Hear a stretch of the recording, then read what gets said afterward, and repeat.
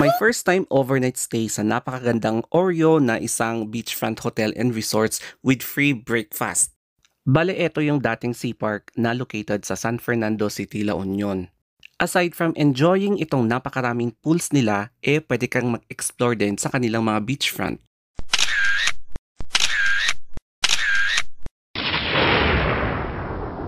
From the foggy mountains of Benguet Province until arriving here in hot and humid climate of La Union, sinubukan namin na bisitahin ng Oreo na ngayon ay isa ng hotel tapos resort na dating Sea Park located sa San Fernando City, La Union.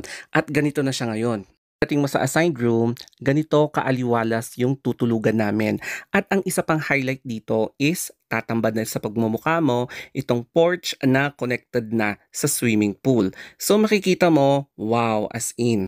Hindi mo talaga aakalain na merong ganitong kagandang resort sa San Fernando City, La Union. So kitang-kita naman ang ebidensya, 'di ba? Ito naman sa sink area, may mga nakaambang na complimentary items such as itong free water, coffee, tapos tsaa.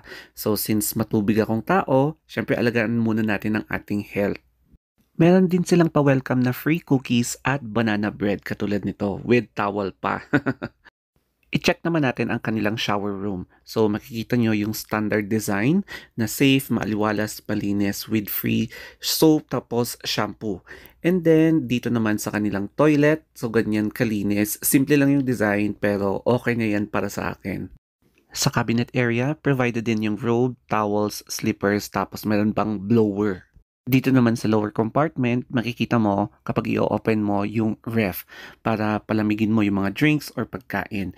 And then, yung ibang compartments ay for storage purposes kapag meron kayong excess baggage. Makikita nyo rin dito yung list of items na parang inventory para malaman nyo kung ano yung mga nasa loob ng room. Ito na yung good part. At na-excite talaga ako kasi first time ko maka-experience ng pool beside the porch ng aming room. So interconnected yung pool kaya pwede kang mag-swim kahit nasaan. So katulad niya, no, ang ganda, 'di ba? Yung lalim nga pala ng pool ay I think 3 feet siya. So hanggang nipples ko yung lalim talaga ng pool. So it's swimmable, pwede kang mag-backstroke, pwede kang mag-front stroke, basta pwede kang lumangoy dyan katulad nito. Pag sa gabi, ang pool hours nito ay until 10 p.m. in the evening. Tapos, maglilinis na sila after. Pwede ka rin mag-moon bathing dito, lalo na kapag kabilugan ng buwan katulad nito. Ma-appreciate nyo talaga yung itsura ng place, lalo na sa nirentahan naming room. Kasi